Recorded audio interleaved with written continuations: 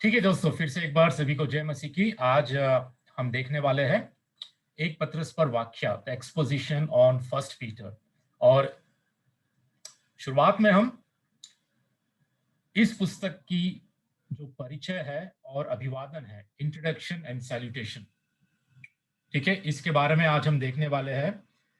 इस पुस्तक का जो परिचय है मैं आपको थोड़े शब्दों में बता देता हूं, क्योंकि बहुत कुछ बताने के लिए है, लेकिन सिंपल शब्दों में आपको समझाने के लिए मैं थोड़े अंशों को लेकर मैं आपको इस बुक का परिचय में देना चाहता हूं। उसके बाद जो पत्रस की पहले अध्याय का जो 2 पद है, ठीक है, पहले जो 2 पद है उसमें अभिवादन है, सैल्यूटेशन है, जिसको हम ध्यान देकर हम देखने वाले हैं कि पत्रस क्या कह रहा है, किसको लिख रहा है और उससे हम क्या सीख सकते हैं। ठीक है, तो पहली बात, इंट्रोडक्शन, परिचय। परिचय में इस किताब का लेखक कौन है, ठीक है, कोई बड़ी बात नहीं है जानने के लिए, क्योंकि हम जानते हैं पत्रस की पहली पत्री, तो वाकई में इस किताब का लेखक जो है वो पत्रस ही होना चाहिए। जैसा पत्रस एक एक में बोलता है, ठीक है, पहले पद में, ठीक है, पहले अध्याय के पहले पद में कहता है कि पत्रस की ओर से, तो इसमें कोई शक की बात नहीं है कि ये किताब और किसी ने लिखी होगी। ठीक है, तो ये पत्रस है कौन, पत्रस के बारे में और हम आगे चलकर जब अभिवादन में देखेंगे तो वहां पे मैं आपको कुछ बताना चाहता हूं।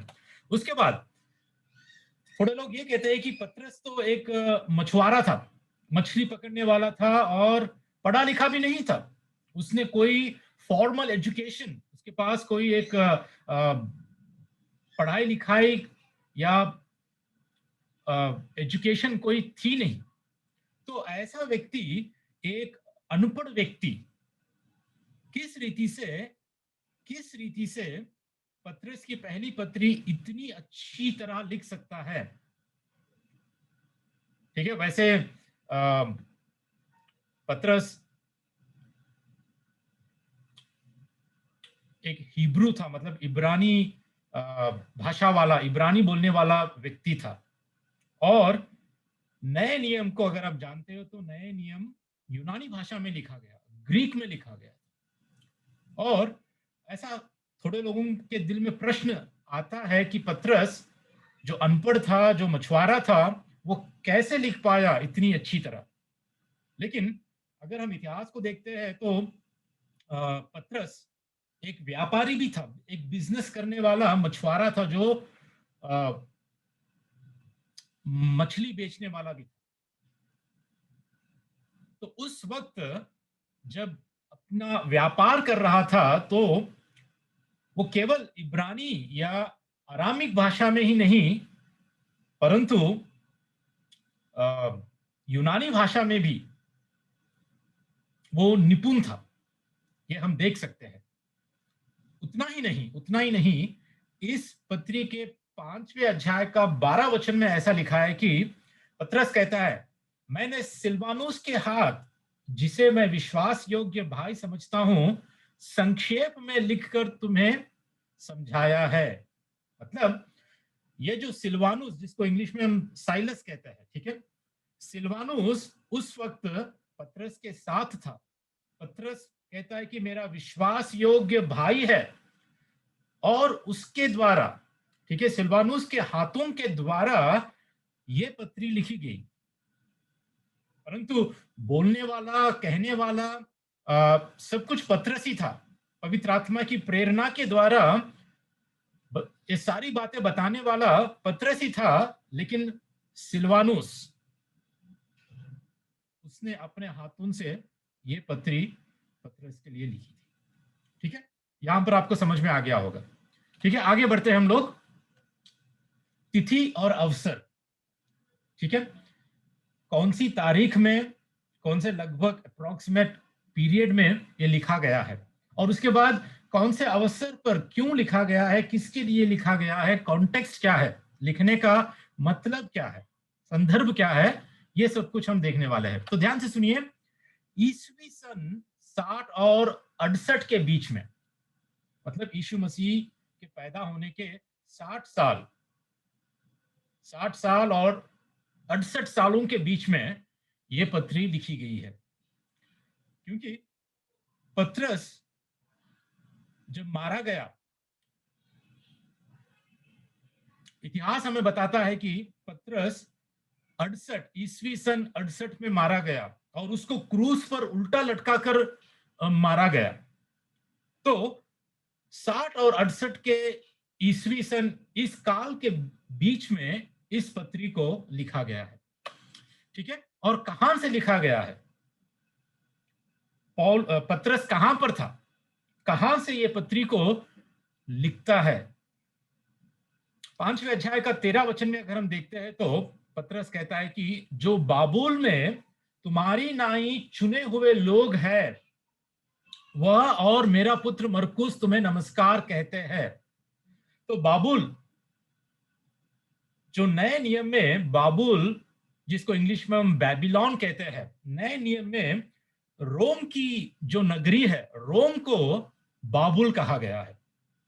आप प्रकाशित वाक्य में 17 अध्याय का 5वें वचन में, 9वें वचन में और प्रकाशित वाक्य में कई जगहों पर आप देख सकते हैं कि नए नियम में रोम को बाबुल कहा गया है, क्योंकि रोम उस जमाने का जो अन्य जातियों का सबसे बड़ा महानगरी या सबसे शक्तिशाली नगरी हुआ करता था।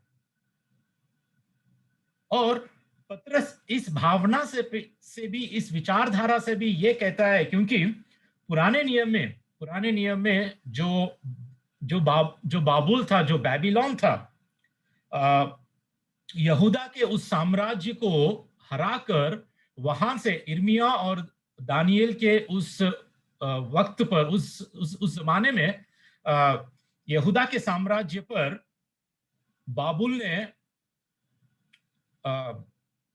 युद्ध करके वहां से इजराइल की प्रजा को बंदी बनाकर, ठीक है, बंदी बनाकर उनको बाबुल लेकर आया था। उसी रीति से रोम में पतरस रह रहा था और रोम को, ठीक है, बाबुल कहकर यहां पर बताता है हमें, ठीक है। तो बाबुल से, रोम से ये पत्री पतरस लिख रहा है, ठीक है। किसके लिए लिख रहा है, किसको संबोधित करते हुए ये पत्री लिख रहा है? तो यहां पर एक अध्याय का 1 में पतरस ये कहता है कि उन परदेशियों के नाम जो तितर बितर होकर रहते हैं, ठीक है, उन परदेशियों के नाम, ठीक है। ये परदेशी कौन है, मैं आगे चलकर मैं आपको अभिवादन में मैं बता दूंगा, लेकिन वहां जो मेनली प्राथमिक तौर से जो गैर यहूदी मसीही है, उनके लिए, जो जेंटाइल क्रिश्चियंस है, ठीक है, उनके लिए ये पत्री पतरस लिख रहा है, ठीक है। ये कैसे, और आगे चल के मैं आपको थोड़ा सा समझाने की मैं कोशिश करता हूं, ठीक है।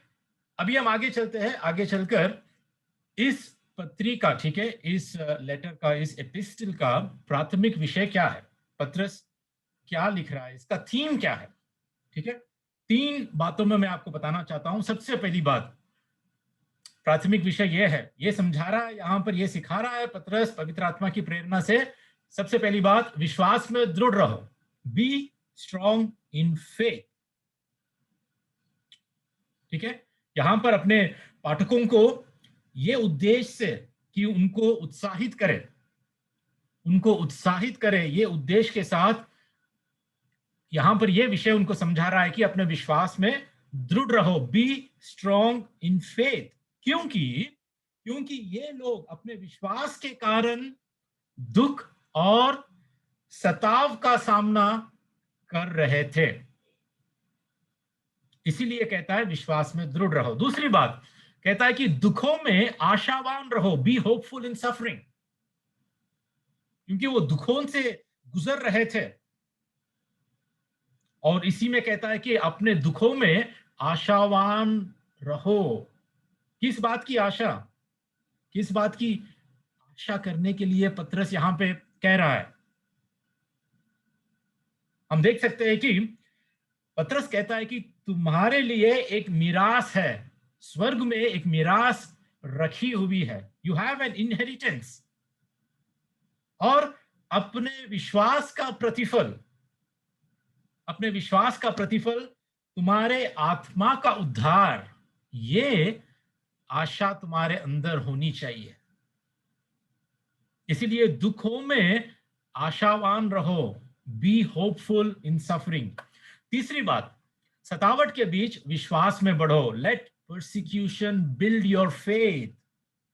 ठीक है, सतावट उनके विश्वास की सच्चाई की परख है। सतावट में ही उनका विश्वास कितना सच्चा है। ठीक है, ये बात पतरस समझाने की कोशिश कर रहा है।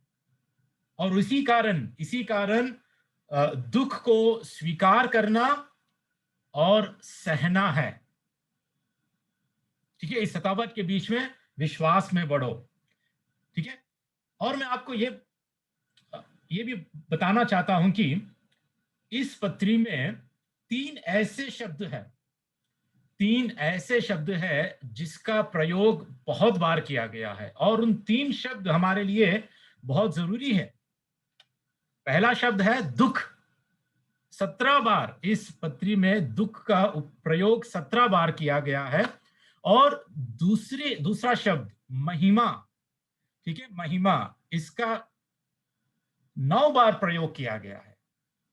और तीसरा जो शब्द है वो है अनुग्रह, और इसका 7 बार इस पत्री में उपयोग किया गया है। दुख, महिमा और अनुग्रह। ठीक है, अब ये तीन बातें, ये तीन शब्द क्यों जरूरी है? क्योंकि इसके लिए, समझने के लिए, हमें इस पत्री का सबसे महत्वपूर्ण वचन जो की वर्स है, हमें उसको देखना है। उसका की वर्स ये है, पहले पत्र इसके 5वें अध्याय का 10वां पद। यहां पर ऐसा लिखा है कि अब परमेश्वर जो सारे अनुग्रह का दाता है, जिसने तुम्हें मसीह में अपनी अनंत महिमा के लिए बुलाया है।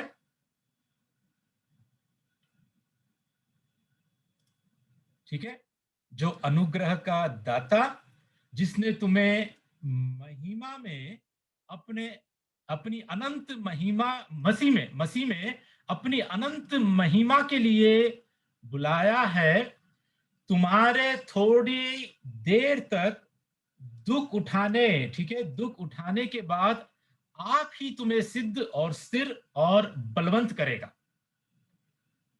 ठीक है, तो ये तीन बात, दुख, महिमा, अनुग्रह।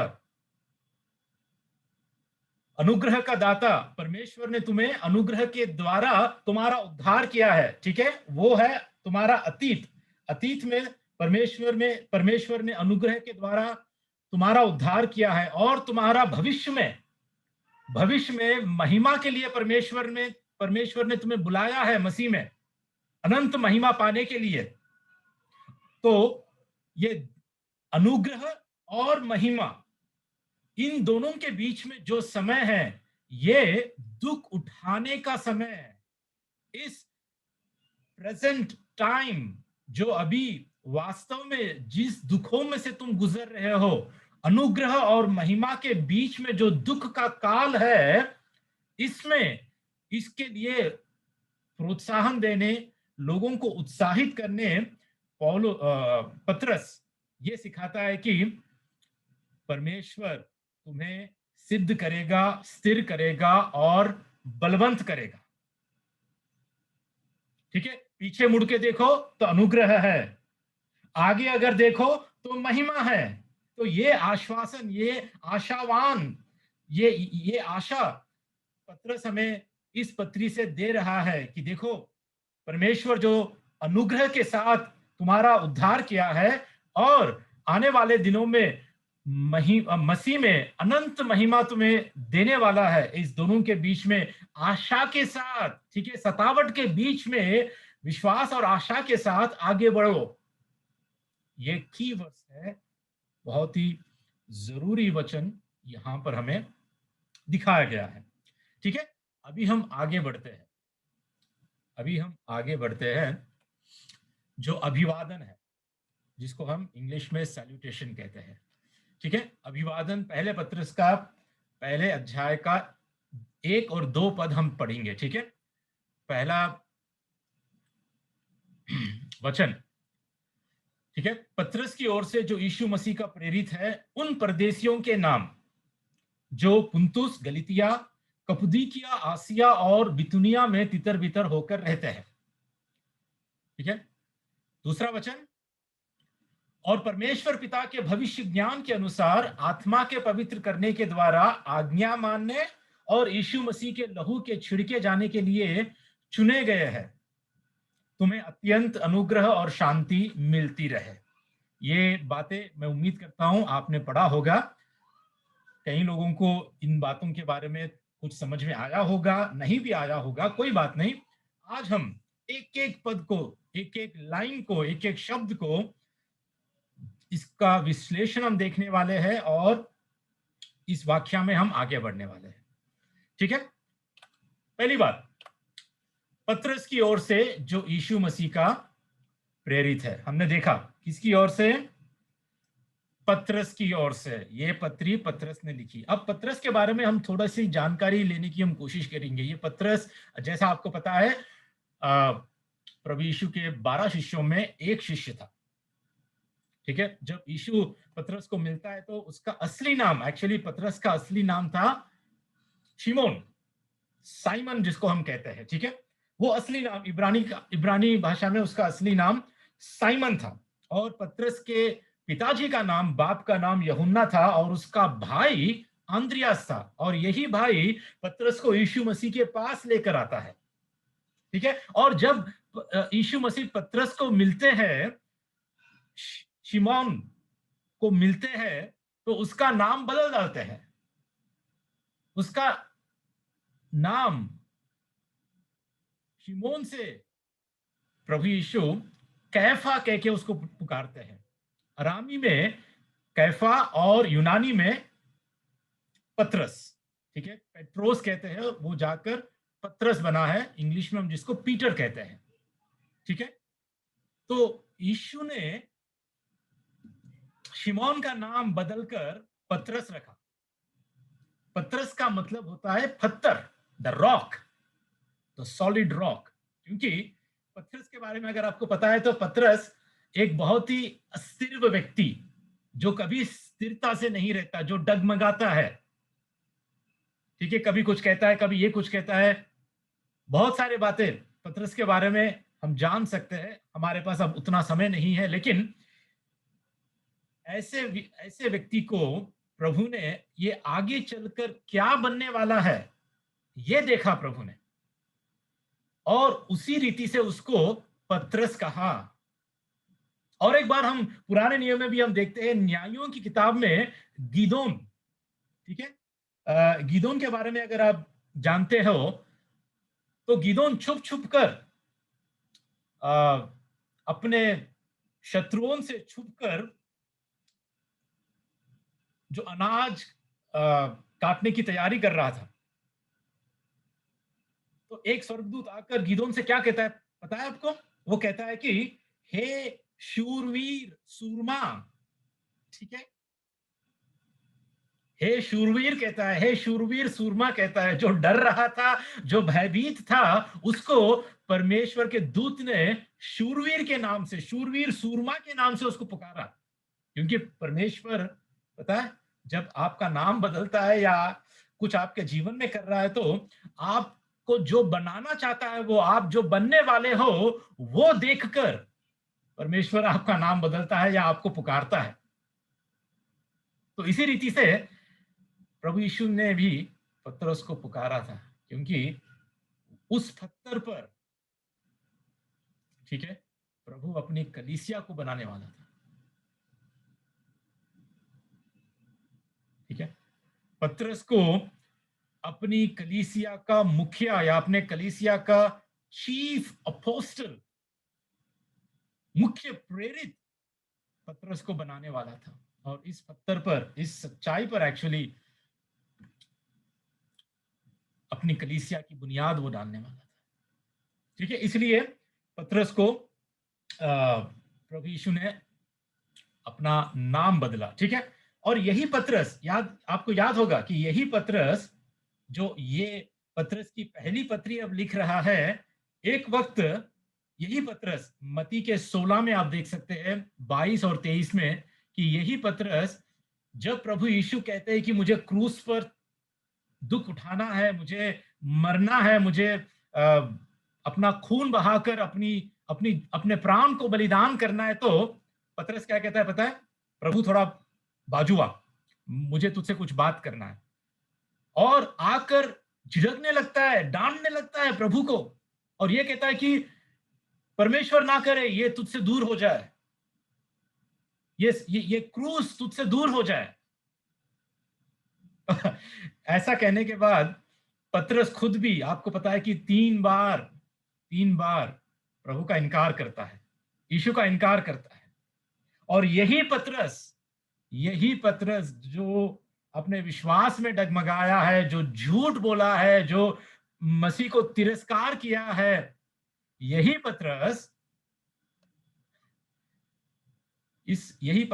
आज पवित्र आत्मा का एक स्पोक्समैन की तरह, पवित्र आत्मा के एक राजदूत की तरह इस पत्री को लिखते हुए ये कहता है कि मसीह का दुख उठाना बहुत जरूरी है। जब मसीह से कहता है कि नहीं तुझे दुख उठाना नहीं है, और यहां पर कहता है कि मसीह का दुख उठाना, हमारे लिए मारा जाना, मसीह के लहू से हमारा छुटकारा होना कितना जरूरी है। और उसके साथ साथ ये भी कहता है कि मसीहों का भी दुख उठाना कितना जरूरी है।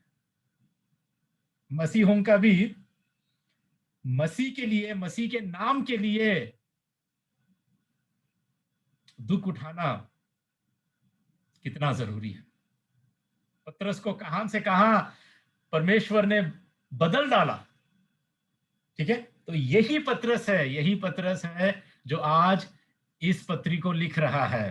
तो पतरस की ओर से जो यीशु मसीह का, ठीक है। और हम आगे बढ़ने से पहले मैं ये भी बताना चाहता हूं कि पतरस, जहां पर 5वें अध्याय का 1 और 2 में ऐसा लिखा है कि वो प्राचीन और मसीह के दुखों का चश्मदीद गवाह है,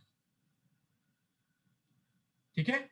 वो एक एल्डर, वो कहता है अपने आप को एक एल्डर, एक प्राचीन, कलीसिया का एक प्राचीन, एक बुजुर्ग, और मसीह के दुखों का चश्मदीद गवाह। याद रखिए, ध्यान से सोचिए कि वो कौन था। मसीह के दुखों का चश्मदीद गवाह मतलब मसीह ने जो दुख उठाए, मसीह जो मारा गया, मसीह जो गाड़ा गया, मसीह जो पुनरुत्थान हुआ, उसका चश्मदीद गवाह, एक आई विटनेस। और एक आई विटनेस से हम सुन रहे हैं ये सारी बातें, ठीक है। बहुत अद्भुत बात है ये कि एक चश्मदीद गवाह के मुंह से हम लोग ये सारी बातें सुन रहे हैं। किसके बारे में? किसके बारे में? यीशु मसीह के बारे में। पतरस की ओर से पतरस यहां पर यीशु मसीह के बारे में हमसे कह रहा है। और ये यीशु मसीह कौन है? मरा हुआ नहीं, मुर्दों में से जी उठा, जो जीवित है, उस यीशु मसीह के बारे में पतरस अब कह रहा है। मरे हुए कोई भविष्यद्वक्ता के बारे में, मरे हुए कोई प्रचारक के बारे में, मरे हुए या कोई शिक्षक के बारे में नहीं, खुद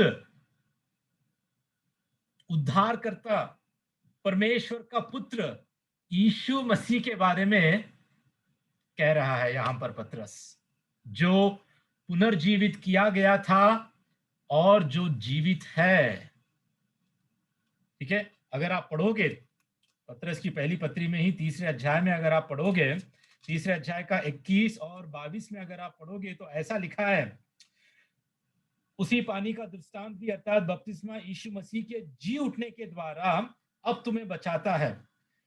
इससे शरीर के मैल तो दूर करने का अर्थ नहीं, परंतु शुद्ध विवेक से परमेश्वर के वश में हो जाने का अर्थ। वो स्वर्ग पर जाकर परमेश्वर की दाहिनी ओर बैठ गया। जो स्वर्ग पर जाकर परमेश्वर की दाहिनी ओर बैठ गया, उस यीशु मसीह के बारे में, अब उस यीशु मसीह के बारे में पतरस लिख रहा है। ठीक है, और स्वर्गदूत और अधिकारी और सामर्थ उसके अधीन किए गए हैं, मतलब वो पुनर्जीवित किया गया था और आज वो जीवित है। ठीक है, अब यहां हम देखते हैं पतरस कहता है कि यीशु मसीह का प्रेरित है। प्रेरित होने का मतलब क्या है? प्रेरित होने का असली मतलब क्या है? हम क्या सीख सकते हैं इस शब्द से, इंग्लिश में जिसको हम अपोस्टल कहते हैं। प्रेरित होने का मतलब, यहां पर मैं आपको दिखाना चाहता हूं, प्रेरित एक व्यक्ति, ठीक है, एक व्यक्ति जिसने प्रेरित का पद संभाला है, वो पुनरुत्थान का एक चश्मदीद गवाह था, जिसे व्यक्तिगत रूप से प्रारंभिक कलीसिया पर शासन करने के लिए मसीह द्वारा नियुक्त किया गया था और अधिकार के साथ सिखाने या लिखने के लिए परमेश्वर से विशेष प्रकाशन प्राप्त किया था। इसको हम प्रेरित कहते हैं। ठीक है, और एक विचारधारा में प्रेरित का मतलब यह भी है भेजे गए वाले, मैसेंजर, द सेंट वंस, कलीसिया की स्थापना करने के लिए। लेकिन यहां पर अगर प्रेरित का पद जो संभालता है, मतलब द ऑफिस ऑफ अपोस्टलशिप, ठीक है, आज ये नहीं है। आज कोई भी प्रेरित का पद संभालने वाला कोई नहीं है। सिर्फ और सिर्फ जो नए नियम में प्रभु यीशु द्वारा जो नियुक्त किए गए हैं, सिर्फ वही प्रेरित है। और इसलिए आज कोई भी अगर अपने आप को अपोस्टल ये कह के, मैं प्रेरित हूं, ये कह के अगर कोई अपने आप को ये पद देता है ना, हमें जान लेना चाहिए कि ये वचन के अनुसार नहीं है। ये खुद अपनी ही बढ़ोतरी करने के लिए, अपने आप को बढ़ाने के लिए, ये टाइटल, ये पद, ये खुद ये प्रचारक अपने आप को दे रहा है, लेकिन ये परमेश्वर की ओर से नहीं है। प्रेरित उसको कहा जाता है जिसने, जो पुनरुत्थान का, यीशु मसीह के पुनरुत्थान का चश्मदीद गवाह है, जिसे व्यक्तिगत रूप से आदि कलीसिया, प्रारंभिक कलीसिया पर शासन करने के लिए खुद यीशु मसीह ने नियुक्त किया है और अधिकार से सिखाने या लिखने के लिए परमेश्वर से विशेष प्रकाशन उसको प्राप्त हुआ है। जो शास्त्र को लिखा है उसी को हम प्रेरित कहते हैं।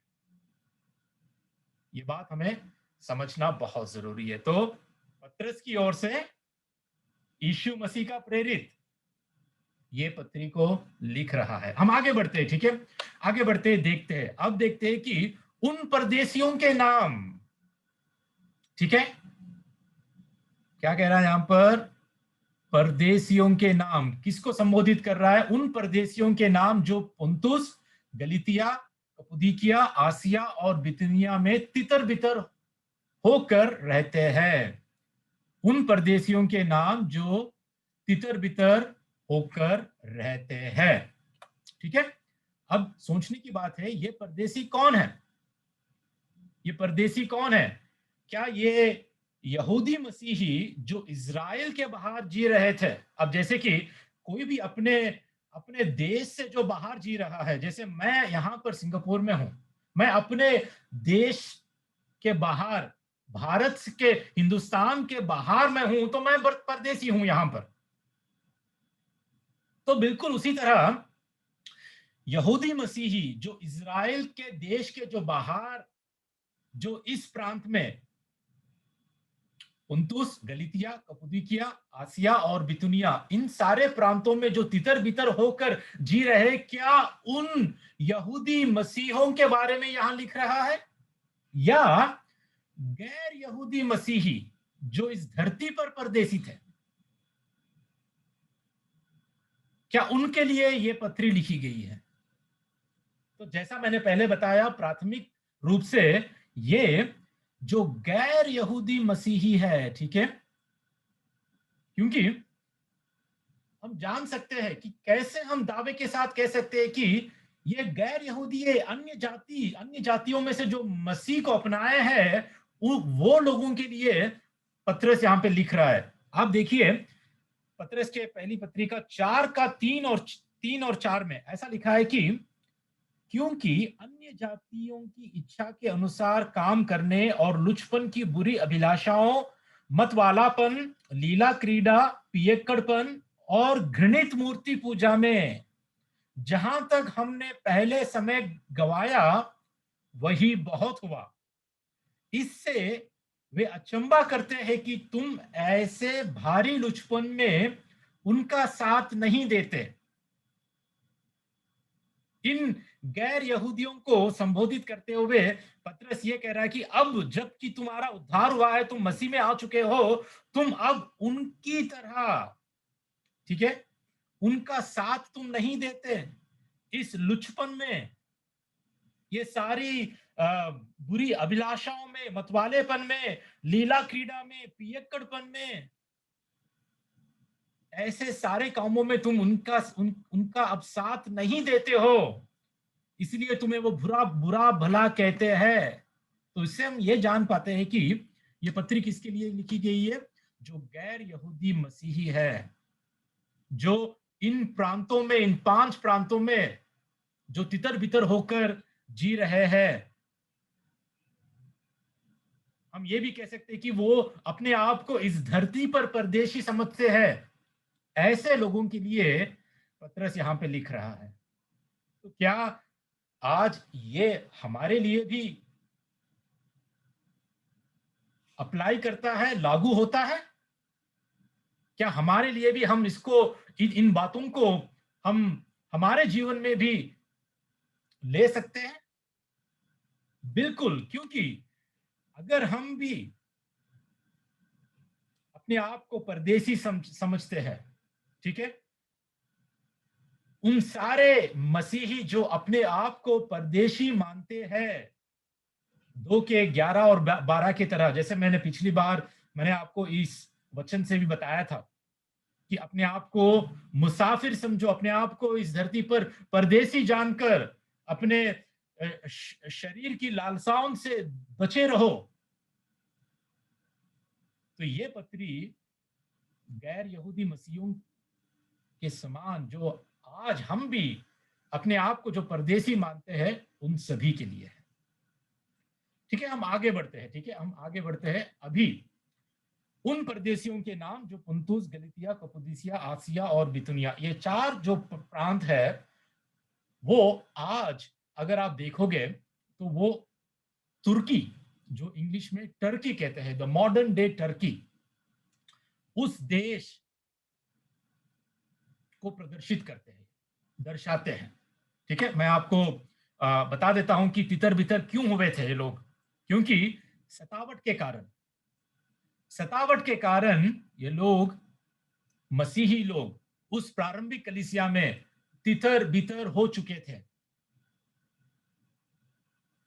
और इसमें भी परमेश्वर का बहुत ही बड़ा उद्देश्य था कि परमेश्वर सतावट को लेकर आया यरूशलेम में, और उस जगह इज़राइल के बीच में सतावट को परमेश्वर अपने उद्देश्य के कारण, मतलब जानबूझकर परमेश्वर चाहता था कि सतावट आए, ताकि सतावट के कारण ये लोग तितर बितर हो जाए। और तितर बितर होने के ही कारण सारी दुनिया में आज के दिन, सारी दुनिया में आज के दिन सुसमाचार फैला है। अगर तितर बितर नहीं होते, सतावट नहीं आता, अगर वो लोग जहां हैं वहीं पर सुख सुविधा में ही बस हम यहीं पर रहेंगे, ऐसा सोचकर अगर वो लोग जीवन जीते थे, तो कभी भी शायद परमेश्वर का सुसमाचार हम तक नहीं पहुंचता। सतावट के कारण वो लोग तितर बितर हो चुके हैं। और मामूली सतावट नहीं था, पता है, मामूली सतावट नहीं, ऐसा सतावट, भयानक सतावट, जो मसीह पे विश्वास करते थे उन लोगों को, जैसा बड़े बड़े स्टेडियम में, मैदान में उनको बीच में, जंगली जानवरों के बीच में उनको डाला करते थे, जैसा आज सोचिए कि बड़े से स्टेडियम में, अहमदाबाद में आज सबसे बड़ा क्रिकेट स्टेडियम ने भारत सरकार ने बनाई है, उसको नरेंद्र मोदी जी का नाम भी दिया गया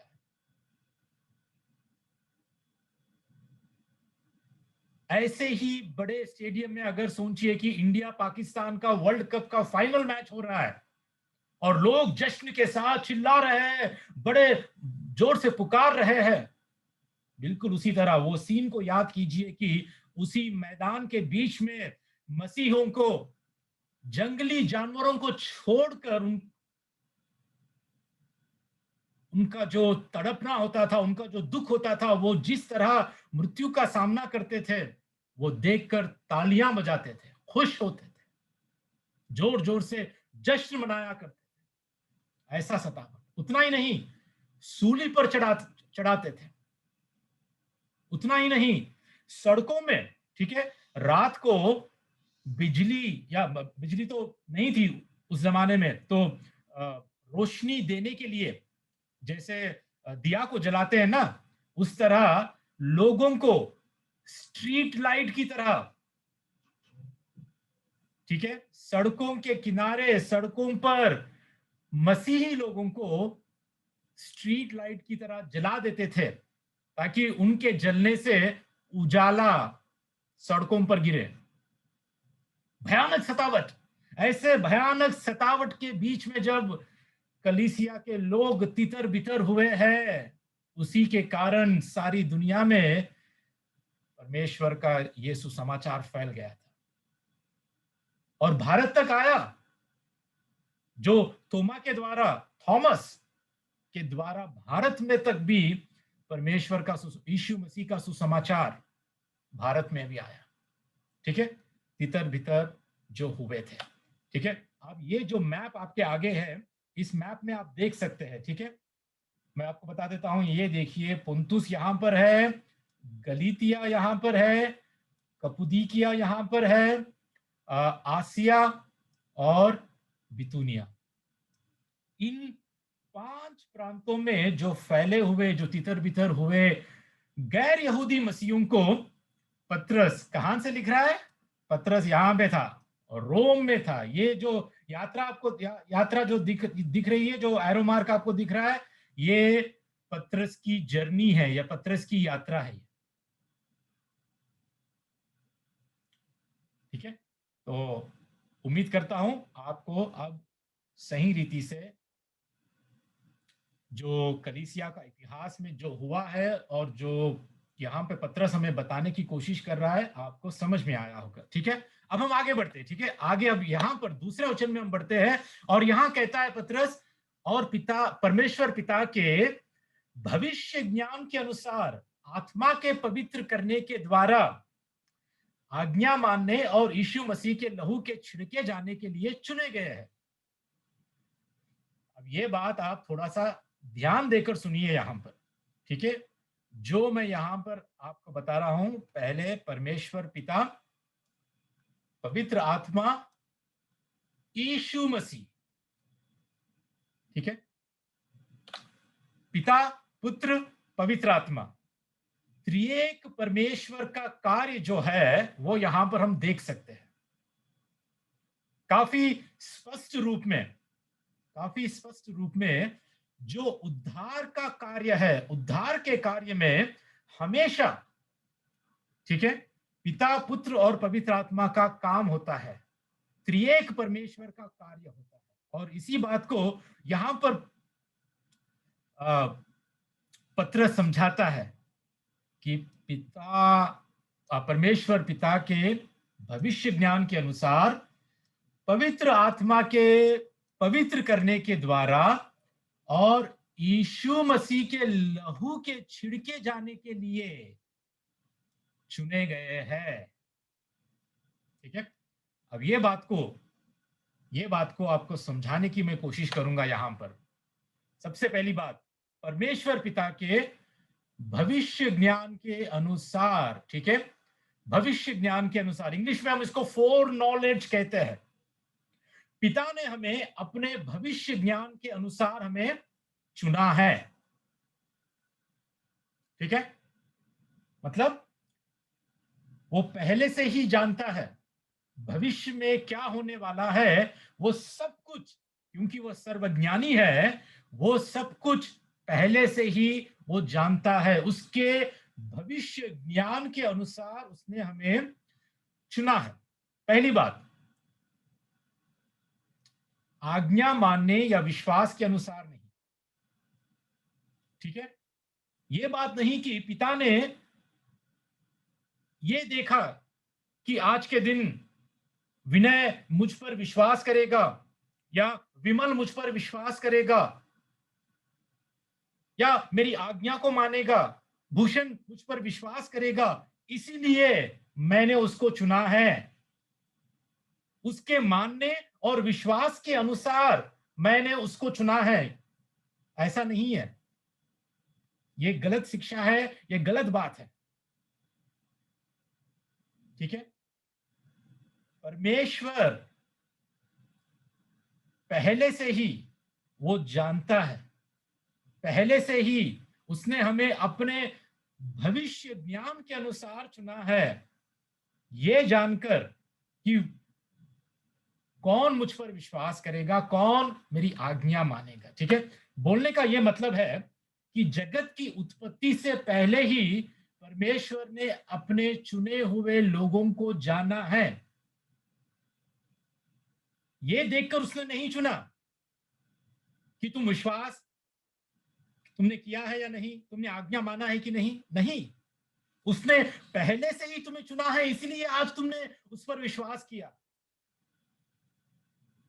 परमेश्वर ने तुम्हें पहले से ही भविष्य ज्ञान के अनुसार तुम्हें चुना है, इसीलिए कह रहा हूं दोस्तों, तुम हो या मैं हो, हम में से कोई भी क्यों ना हो, आज हम प्रभु यीशु मसीह के पास आए, उस पर विश्वास किए, उसकी आज्ञा को माने। क्यों? क्योंकि पहले परमेश्वर ने हमें चुना है। जगत की उत्पत्ति से पहले ही परमेश्वर ने अपने चुने हुए लोगों को वो जानता है। इफिसियों की लिखी हुई पत्री का पहला अध्याय और चौथे वचन में ऐसा लिखा है। ठीक है, क्या लिखा है कि जैसा उसने हमें जगत की उत्पत्ति से पहले यीशु मसीह में चुन लिया कि हम उसके निकट प्रेम में पवित्र और निर्दोष हो।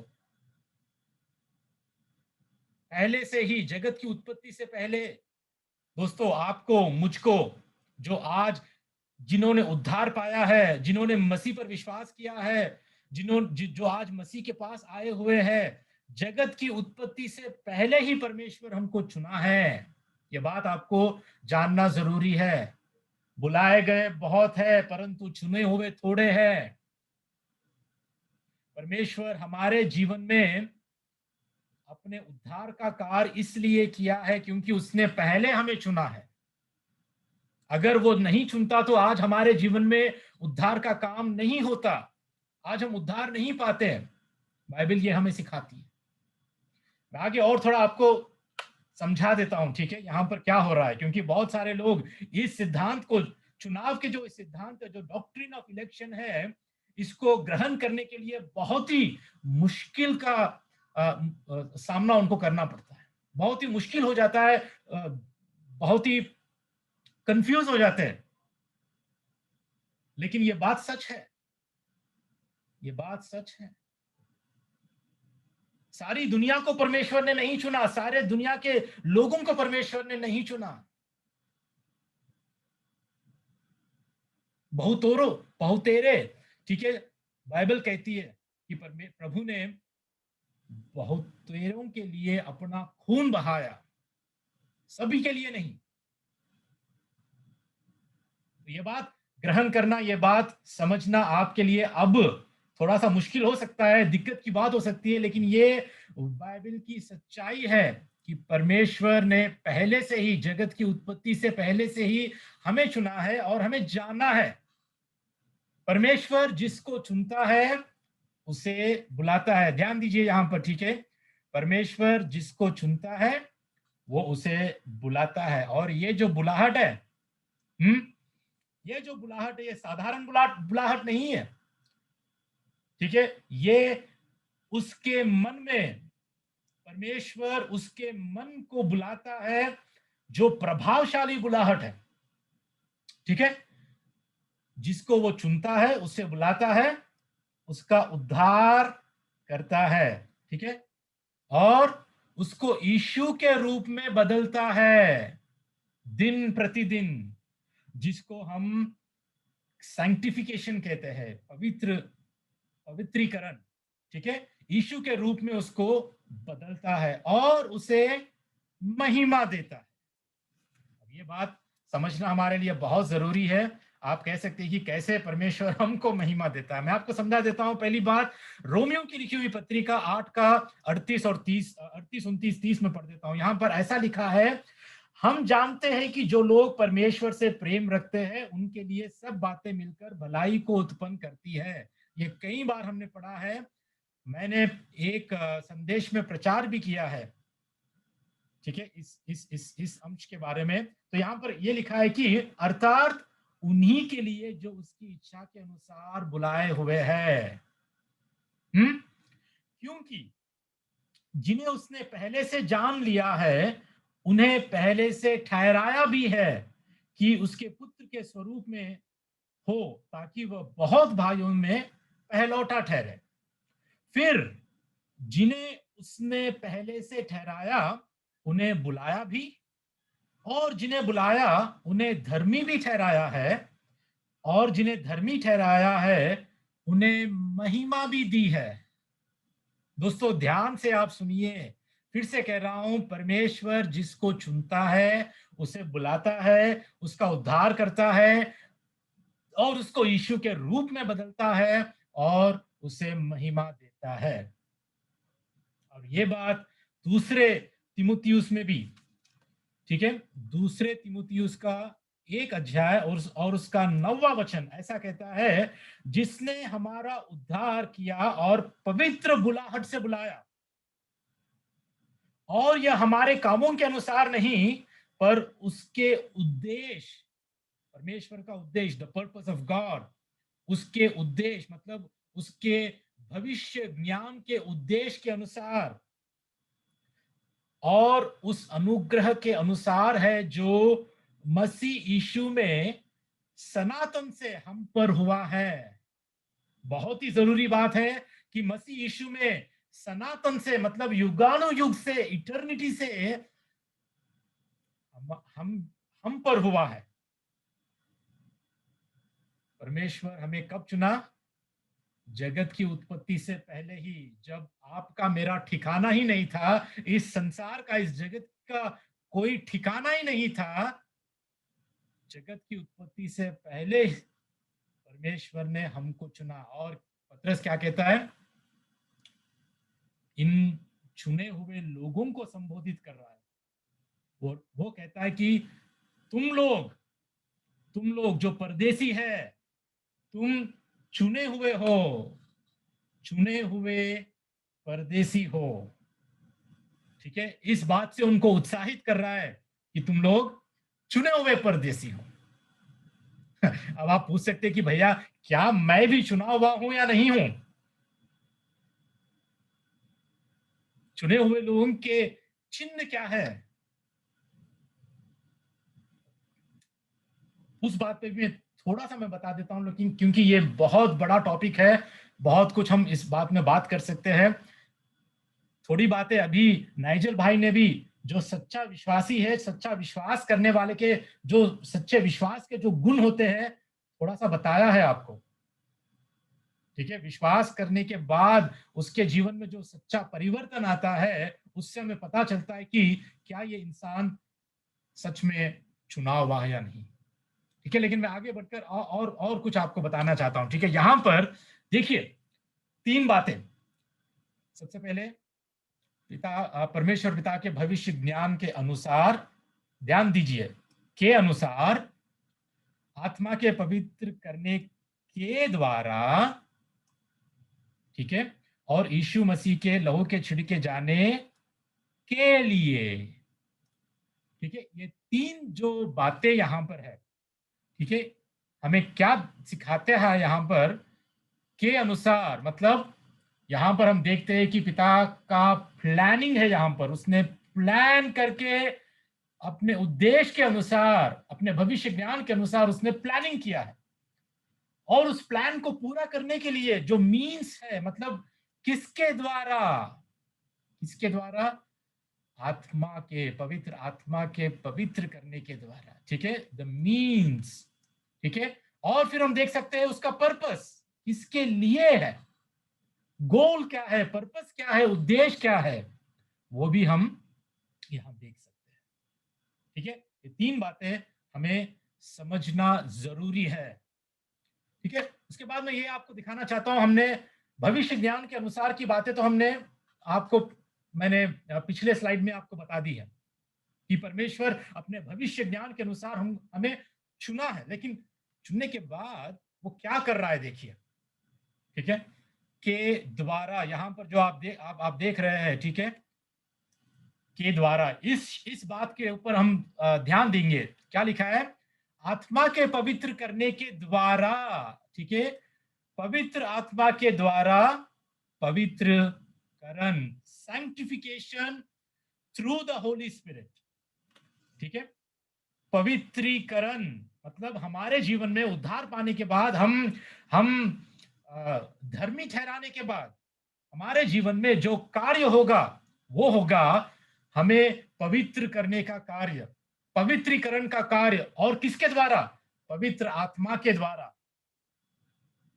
पवित्र आत्मा के द्वारा। अगर आप चुने हुए हैं, अगर आपने सच में उद्धार पाया है, अगर आपने सच में विश्वास किया है, तो आज आपके जीवन में मैं दावे के साथ कहता हूं कि पवित्र आत्मा के द्वारा आप में पवित्रकरण का जो कार्य है वो शुरू होता है और वो कंटिन्यू होते रहता है, वो कंटिन्यू होता है, वो रुकता नहीं है, क्योंकि ये कार्य पवित्र आत्मा के द्वारा होता है, पवित्रीकरण,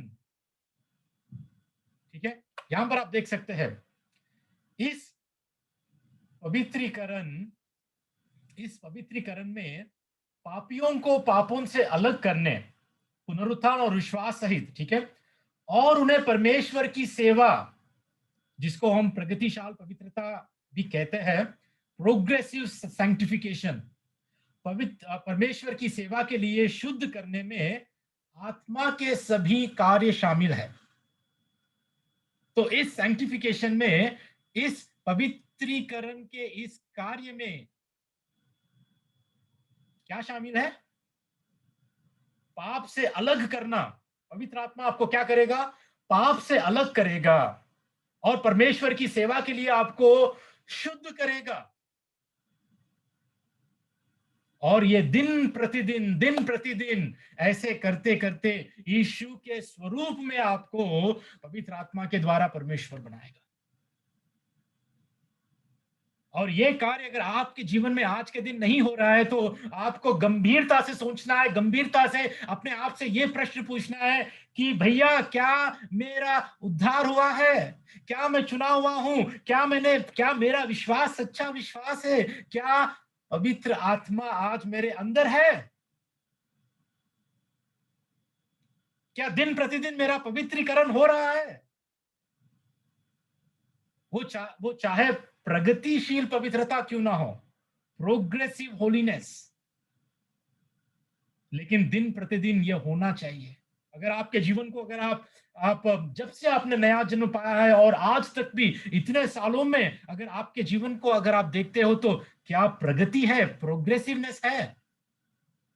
बीच में हो सकता है कि आप गिर सकते हैं, हो सकता है कि आप फिसल सकते हैं, लेकिन फिर आप उठेंगे, आपको परमेश्वर उठाएगा, आपको परमेश्वर आगे बढ़ाएगा, लेकिन आप रुकेंगे नहीं। दिन प्रतिदिन आपको परमेश्वर पवित्र करते रहेगा। अगर आज के दिन आपके जीवन में जो 10 साल पहले जैसी दशा है, आज भी उसी दशा में अगर आप है, तो गंभीरता से आपको सोचना है कि क्या सच में मैं एक विश्वासी हूं, क्या सच में मेरा नया जन्म हुआ है। आप जितना भी कन्फेस कर लीजिए, आप जितना भी प्रोफेस कर लीजिए, कोई फायदा नहीं। दूसरे तेसलोनिकियों की किताब में, पत्री में, ठीक है, ये वचन आपको पढ़ना जरूरी है, मैं पढ़ के सुना देता हूं। दूसरे अध्याय का 13 और 14, 13 और 14 में बहुत ही सुंदर रीति से हमें ये बातों को समझाया है पौलुस ने। कहता है कि हे भाइयों और प्रभु के प्रिय लोगों, चाहिए कि हम तुम्हारे विषय में सदा परमेश्वर का धन्यवाद करते रहे, क्योंकि, ध्यान से सुनिए, क्योंकि परमेश्वर ने आदि से तुम्हें चुन लिया कि आत्मा के द्वारा पवित्र बनकर और सत्य की प्रतीति करके उद्धार पाओ। वाह! आत्मा के द्वारा पवित्र बनकर सत्य की प्रतीति, सत्य पर विश्वास करके तुम उद्धार पाओ। ऐसा विश्वास जो सेविंग फेथ है, जो अभी भाई नाइजल ने आपको बताया है, ऐसा विश्वास करके उद्धार पाओ जिसके लिए उसने तुम्हें हमारे सुसमाचार के द्वारा बुलाया। फिर से बुलाहट की बात यहां पर है, जो प्रभावशाली बुलाहट है, ठीक है, हमारे सुसमाचार के द्वारा बुलाया कि तुम हमारे प्रभु यीशु मसीह की महिमा को प्राप्त करो। ठीक है, जो पिछले स्लाइड में मैंने आपको बताया कि परमेश्वर जिसको चुनता है उसको बुलाता है, उसका उद्धार करता है, उसको यीशु के रूप में बदलता है और उसको महिमा भी देता है। और यहीं पर पौलुस भी यही हमें कंफर्म कर रहा है यहां पर कि इस वचन में कि तुम हमारे प्रभु यीशु मसीह की महिमा को प्राप्त करो। एक दिन जब हम यीशु को आमने सामने देखेंगे, उसके राज्य में जब हम उसको देखेंगे, तो पिता का ये प्लान है, पिता का ये उद्देश्य है कि जो महिमा यीशु मसीह को उसने दी है, वो महिमा हमें भी दे, और हम एक दिन वो महिमा को पाने वाले हैं। उस महिमा के शरीर को हम पाने वाले हैं जो यीशु मसीह को पिता ने दिया है। इसलिए समझना बहुत हमारे लिए जरूरी है दोस्तों। मैं आगे बढ़ना चाहता हूं, ठीक है। अब ये जो और एक जो यहां पर शब्द का इस्तेमाल किया गया, बात का इस्तेमाल किया गया, के लिए, ठीक है, हमने के अनुसार, ठीक है, के अनुसार के बारे में हमने देखा, के द्वारा के बारे में हमने देखा, और अब हम देखने वाले हैं के लिए। क्यों? क्या उद्देश्य है? हमारे चुनने का क्या उद्देश्य है? पवित्र करने का क्या उद्देश्य है? उसका पर्पस यह है कि आज्ञा मानने और लहू के छिड़के जाने के लिए, ठीक है, परमेश्वर की आज्ञा मानने और लहू के छिड़के जाने के लिए ये उद्देश्य।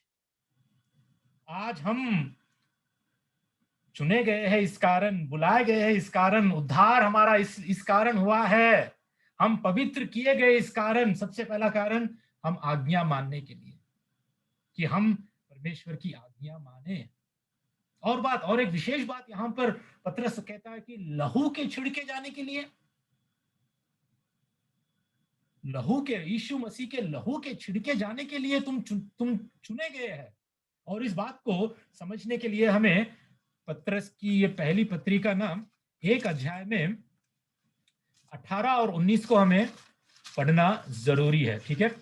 18 और 19 में हम ऐसा पढ़ते हैं, पढ़कर आपको सुना देता हूं मैं।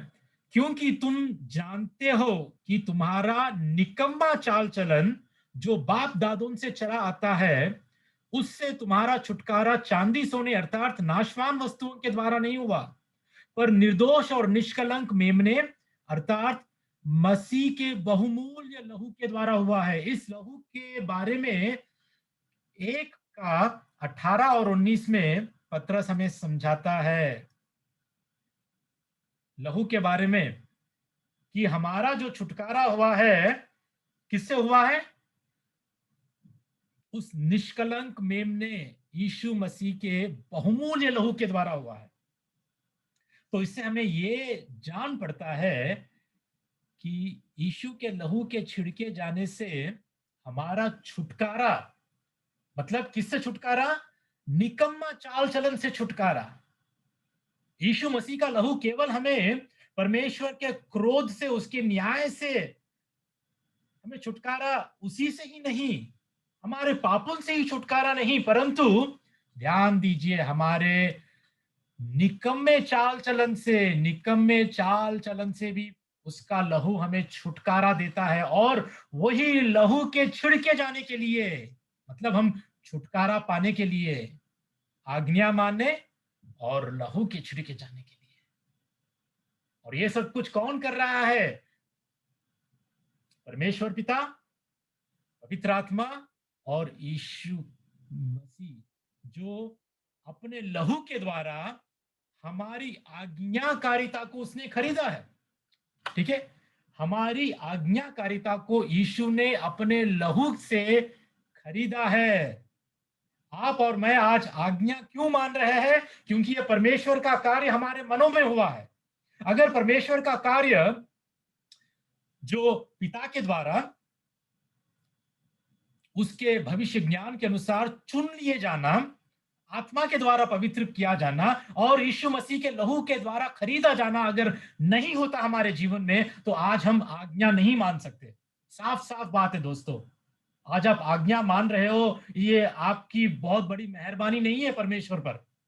आप आज्ञा इसलिए नहीं मान रहे हो कि आप बहुत पवित्र जन हो, आप बहुत बड़े विश्वासी हो, बहुत पहुंचे हुए, बहुत बड़े विश्वासी हो तुम। नहीं नहीं नहीं, हम आज आज्ञा इसीलिए मान रहे हैं क्योंकि परमेश्वर का कार्य, पिता पुत्र पवित्र आत्मा का कार्य आज हमारे अंदर हुआ है, और हमारी आज्ञाकारिता को यीशु ने खुद अपना लहू बहाकर खरीदा है दोस्तों। और जैसा मैंने बताया, ध्यान से सुनिए, चुने हुए लोगों के लक्षण क्या है? चुने हुए लोगों की पहचान क्या, हम कैसे पहचान सकते हैं? उद्धार से पहले पहचानना मुश्किल है। ठीक है, बहुत मुश्किल की बात है। कौन है सारे जगत में, सारे संसार में, कैसे हम जाने कि ये चुना हुआ है, वो नहीं है, ये है, वो नहीं है? ये हमारे बस की बात नहीं है। और इसीलिए हमें सुसमाचार सबको सुनाना है, क्योंकि हम नहीं जानते कि उसमें कौन है, किसको परमेश्वर ने चुना है, किसको प्रभावशाली बुलाहट से उसने बुलाया है। इसलिए हर एक को प्रभु ने क्या कहा? सारे जगत में, सारी सृष्टि को जाकर सुसमाचार सुनाओ। लेकिन सुसमाचार सुनाने के बाद जब उनका उद्धार होता है, उद्धार होने के बाद तब हम जान सकते हैं कि कौन चुने हुए हैं। तब हम जान सकते हैं कि सच्चे विश्वासी कौन है, झूठे विश्वासी कौन है। तो यही है, चुने हुए लोगों के लक्षण हम जान सकते हैं। जो प्रगतिशील पवित्रता में है, जिनका सही रीति से उद्धार हुआ है, जो सच्चे विश्वास में आए हैं, जो आज्ञा मानने के लिए आज वो तैयार है, वो मान रहे हैं, अपने निकम्मे चाल चलन से उनका जो छुटकारा हुआ है, ये लोग, चुने हुए लोगों की ये पहचान है, ये लक्षण है। समाप्त करने वाला हूं मैं, ध्यान से सुनिए। ठीक है, अंत में क्या कहता है पतरस? तुम्हें अत्यंत अनुग्रह और शांति मिलती रहे। दोस्तों, बड़े उत्साह की बात है, ये एक आशीष है हमारे लिए कि परमेश्वर आपको अनंत अनुग्रह दे, आपको शांति दे। अनुग्रह के बारे में मैं आपको बता देना चाहता हूं। अनुग्रह एक सिक्के के दो पहलू के समान है। ठीक है, एक तो अनुग्रह है जो आप स्क्रीन पे देख रहे हैं। अनुग्रह क्या है? पापियों पर परमेश्वर का प्रेममय, ठीक है, पापियों पर जो किसी लायक नहीं है, ठीक है, पापियों पर परमेश्वर का प्रेममय और अपात्र एहसान। It is an unmerited favour of God upon Sinners, undeserving Sinners. ठीक है, जिसके लायक हम है भी नहीं, जो हम पाने के लायक नहीं है, वो एहसान परमेश्वर का, प्रेममय और अपात्र एहसान परमेश्वर का पापियों पर। ये एक पहलू है अनुग्रह का। और दूसरी बात ये भी है, अनुग्रह जो विश्वासियों के लिए है, ठीक है, वो है पवित्र जीवन। ठीक है, पवित्र जीवन जीने के लिए विश्वासियों के लिए परमेश्वर की शक्ति।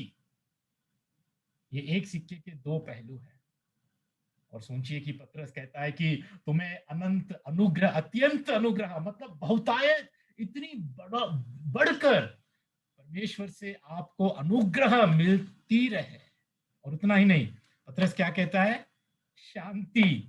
दोस्तों, बहुत जरूरी बात, शांति। शांति क्या है पता है? परमेश्वर के साथ सही होने की दशा एक्चुअली शांति है। अगर इसको सही मायने में अगर हम समझे, परमेश्वर के साथ शांति, परमेश्वर के साथ जब किसी का मेल मिलाप होता है तभी हम शांति पाते हैं, तब तक हम शांति नहीं पाते हैं। सच्ची शांति उसी में है जब कोई एक पापी परमेश्वर के साथ उसका मेल मिलाप हो जाता है, he gets reconciled with God, तभी वो परमेश्वर के साथ सही होने की दशा में होता है।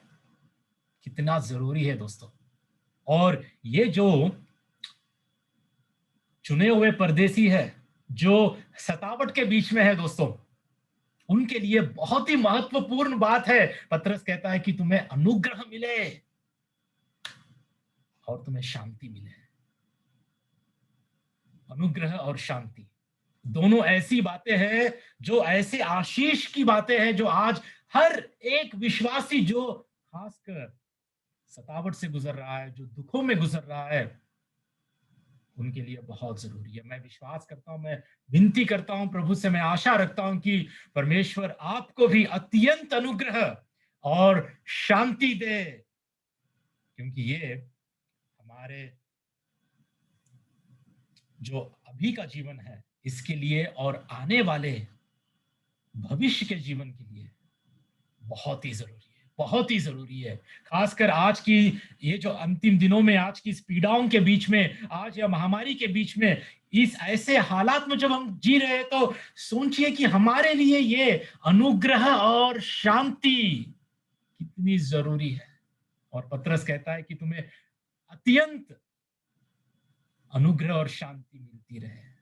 दोस्तों, मैं आपको उत्साहित करना चाहता हूं इन सारी बातों से कि आज भी अगर आप दुखों में होंगे, कष्टों में होंगे, अपने आप को परदेसी जानिए, अपने आप को ऐसा जानिए कि आप चुने हुए हैं। अगर सच में आपके जीवन में पवित्रीकरण का काम हो रहा है, उस चुने हुए लोगों के लक्षण आपके अंदर है, तो हिम्मत से प्रभु का धन्यवाद कीजिए। अगर नहीं है तो आज मैं आपको चेतावनी समझिए परमेश्वर के पास से कि अपने आप को परख लीजिए, अपने आप को जान लीजिए, अपने अपने विश्वास को देखिए कि क्या सच में मैं चुना हुआ व्यक्ति हूं, क्या मुझ में वो लक्षण है, मुझ में वो गुण दिख रहे हैं, मेरे विश्वास में वो फल दिख रहा है कि नहीं। दोस्तों, मैं आपको उत्साहित करना चाहता हूं, आपको बताना चाहता हूं, आपसे विनती करना चाहता हूं कि परख लीजिए, अपने विश्वास को परख लीजिए।